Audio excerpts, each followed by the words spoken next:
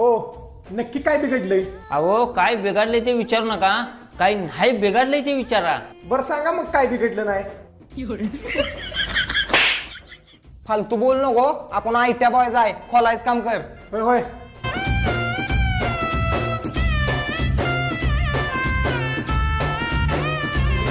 अहो नुसतं तुम्ही 10 मिनिटं झालं खोला लागलाय, त्यात काय बसवणार आहे का नाही?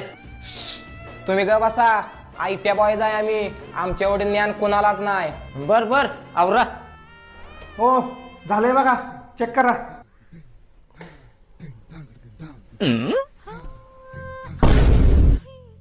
हो तेव बघा, गॅस चालू झाला. हो आता दुसरं दाबून बघा, दुसरं.